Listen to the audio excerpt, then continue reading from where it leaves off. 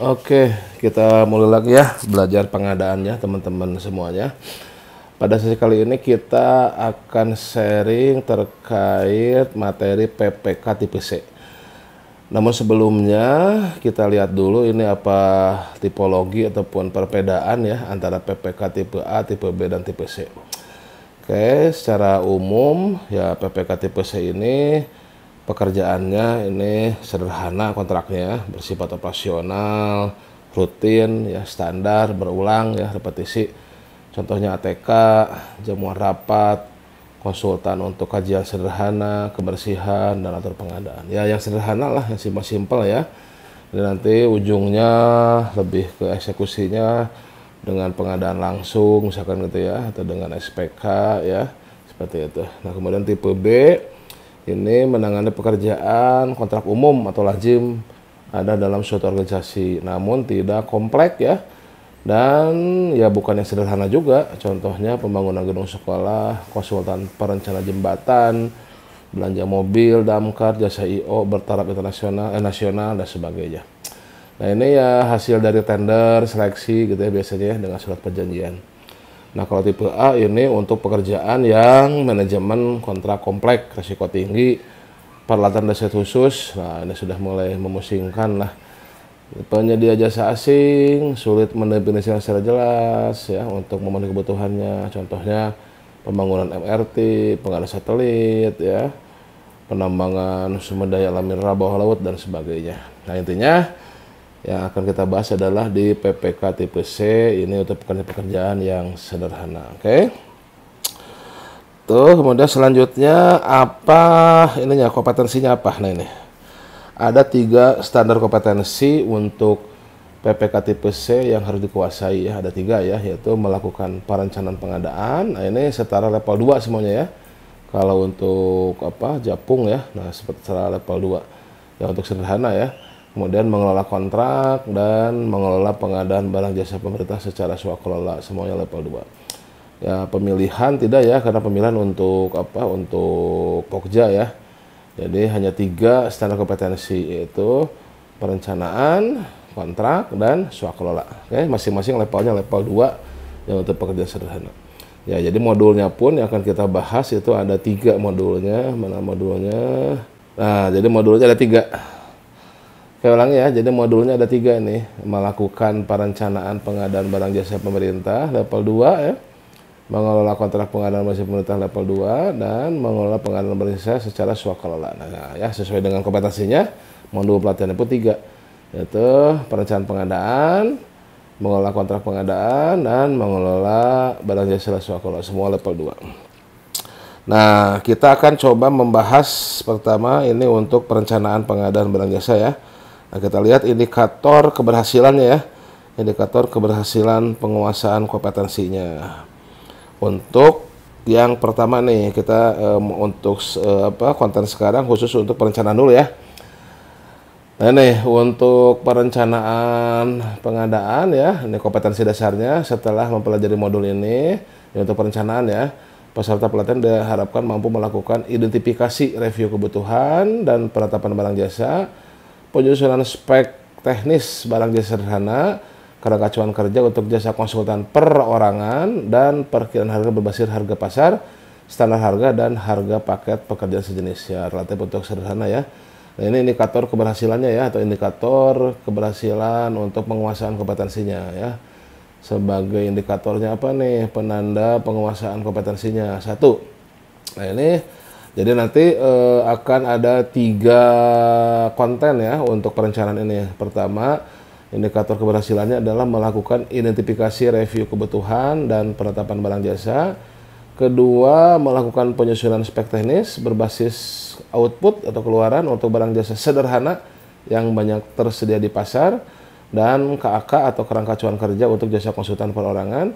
Ketiga, melakukan penyusunan perkiraan harga berbasis harga pasar, standar harga, dan harga perkiraan pekerjaan sejenis yang pernah dilaksanakan. Nah, jadi ada 3 indikator keberhasilan, yaitu identifikasi atau review kebutuhan serta penetapan barang jasa, penyusunan spek teknis KAK ya, kemudian penyusunan perkiraan harga. Nah 3 ini. Nah untuk konten sekarang ini kita akan fokus pada indikator keberhasilan pertama, yaitu identifikasi atau review kebutuhan dan penetapan barang jasa pada materi ataupun pada unit kompetensi pertama, yaitu perencanaan pengadaan barang jasa.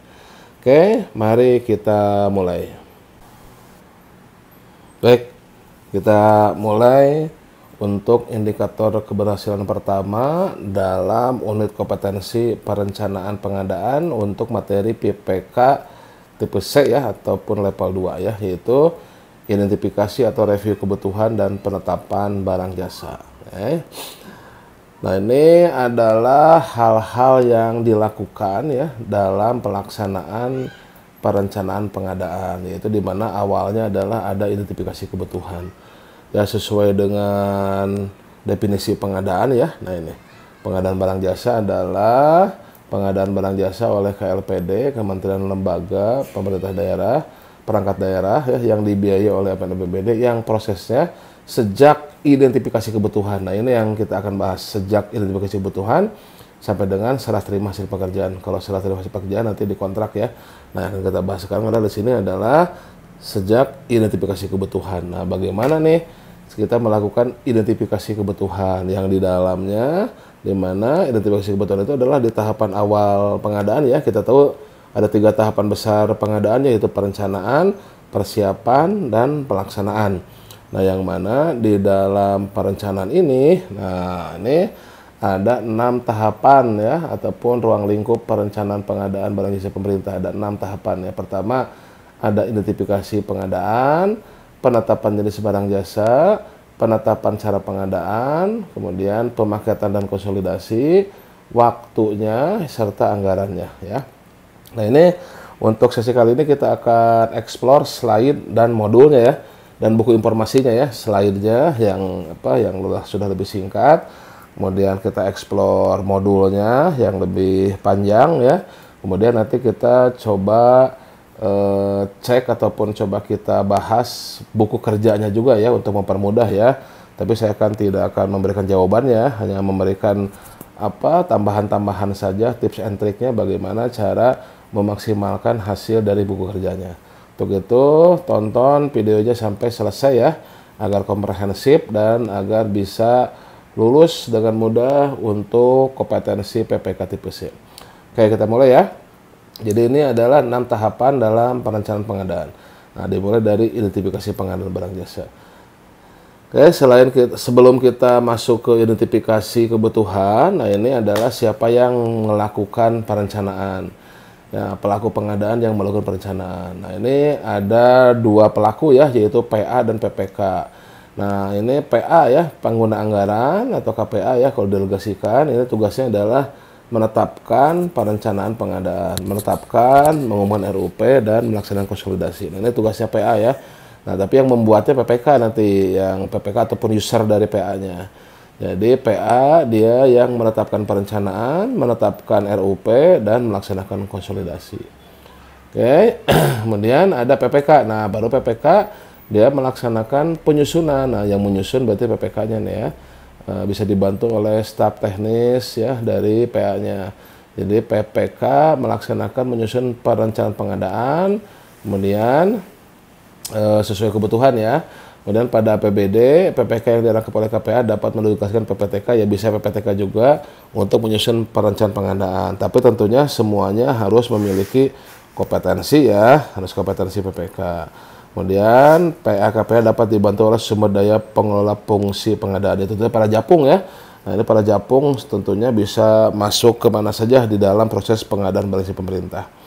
Oke, jadi pada slide ini intinya adalah pelaku pengadaannya ada PA yang menetapkan intinya ya, yang menetapkan perencanaan dan RUP-nya, serta melaksanakan konsolidasi. Konsolidasi tentunya di tahapan perencanaan, karena konsolidasi nanti bisa di perencanaan, bisa di persiapan pemilihan oleh PPK ataupun di perencanaan pengadaan, bisa di persiapan pengadaan oleh PPK ataupun di persiapan pemilihan oleh KPBJ. Tapi kalau di tahapan perencanaan tentunya yang melaksanakan konsolidasi adalah pengguna anggaran.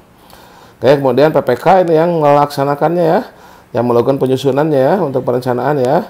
Nah, tentunya nanti produknya adalah spek, harga perkiraan, dan draft kontrak. Ini nanti dibahas di indikator kompetensi, indikator keberhasilan yang kedua ya. Sekarang kita indikator keberhasilan pertama yaitu identifikasi kebutuhan. Nah, selanjutnya kita masuk ke dalam penyusunan ataupun identifikasi kebutuhan ya. Nah, ini kita harus tahu ada hal-hal yang harus dipertimbangkan pengguna anggaran. Nah, tapi ini dalam penyusunan RKA ya, rencana kegiatan anggaran. Nah, ini pertama ya, di dalam RKA kita harus tahu apa kebutuhannya. Dari kebutuhan ini diturunkan ke spek teknis ya. Tapi di sini kalau PA selaku user nih, spek teknisnya masih umum ya, masih bahasa user ya. Butuh apa ya. Kemudian dilihat juga ketersediaan barang jasanya atau penyediaannya di pasar. Ini kira-kira siapa, pasarnya di mana ya, sebagai gambaran umum dulu. Jadi di sini masih umum nih ya PA-KPA nih. Kemudian ketersediaannya PDN nih, ini masalah PDN-nya bagaimana ya, bisa di program negeri nggak, kemudian baru anggarannya. Nah, ini adalah hal-hal yang dipertimbangkan oleh PA yang punya anggaran ya, penanggung jawab anggaran ya, apa saja. Jadi apa kebutuhannya, spek umumnya bagaimana, ketersediaan di pasarnya bagaimana, kemudian PDN-nya bagaimana, baru anggarannya. Nah, baru diturunkan lebih detail ya oleh PPK nanti dalam spek harga perkiraan. Namun ketika nyusun spek HPS ataupun menyusun perencanaan, ada beberapa hal yang harus menjadi pertimbangan juga oleh PPK ya. Yaitu pertama ada angka 40% terkait anggaran ya, jadi 40% dari anggaran. Yaitu 40% dari nilai anggaran belanja yang dikelolanya ini harus diperuntukkan penggunaan produk usaha kecil atau koperasi dari hasil PDN. Jadi ada kata kunci 40% yang pertama, yaitu 40% anggaran harus dialokasikan untuk UMKKOP yang PDN. Kemudian yang kedua ada kata kunci 40% juga. Nah, ini terkait dengan penggunaan PDN, produksi dalam negeri yang ber-TKDN. Kalau sudah ada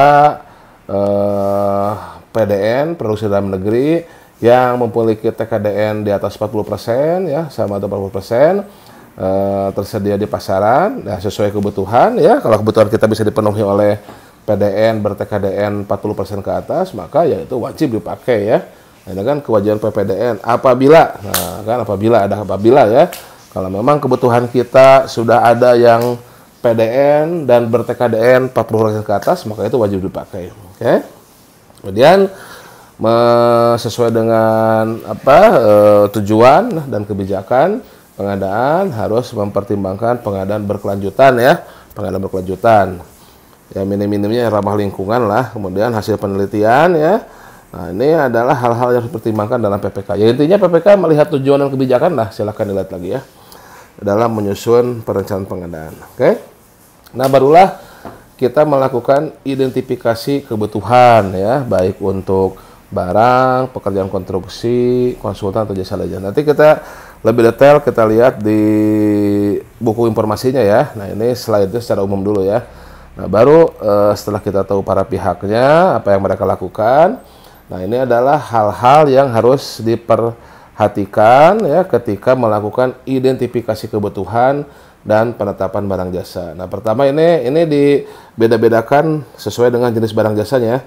Untuk barang bagaimana, konstruksi bagaimana, konsultan bagaimana, dan jasa. Tapi kurang lebih sama sebetulnya ya. Kurang lebih sama, kita lihat ya, kita explore slide-nya ya. Tapi intinya dalam melakukan identifikasi kebutuhan barang jasa nanti ya kita harus melihat dari dua sisi, yaitu dari sisi penyediaannya dan dari sisi barang jasanya. Jadi penyediaannya, suplainya ada nggak ya. Kemudian yang dibutuhkan itu barang jasa yang bagaimana. Dua sisi itu yang harus kita lihat ya. Suplainya ataupun kebutuhannya dulu yang bagaimana barang jasanya, suplainya ada di mana ya. Itu kuncinya ya. Nah, jadi secara mendasarnya kita harus tahu apa kebutuhannya nih, apa barang jasa kita butuhkan. Kemudian suplainya ada di mana nih, ya itu yang paling mendasar. Ya seperti kita belanja lah, kalau ibu-ibu belanja kan harus sudah tahu kan, ini butuh apa sih? Butuh apa? Telur, butuh sayuran, butuh apa nih yang bagaimana kebutuhannya. Nah terus ketika akan melakukan belanjanya, pasti kan sudah tahu belanjanya di mana kan? Tidak ujuk-ujuk keluar aja gitu kan. Oh saya mau beli sayuran, tapi keluar aja nggak tahu di mana suplainya. Tentunya kita harus tahu dulu barang jasanya dan tahu dulu suplainya di mana. Itu yang paling utamanya, ya filosofisnya. Nah selanjutnya hal-hal yang harus diperhatikan dalam melakukan identifikasi kebutuhan ya. Ini apa saja nanti dituangkan dalam formulir identifikasi kebutuhan ya. Nanti setelah slide ini kita lihat buku informasinya termasuk formulirnya.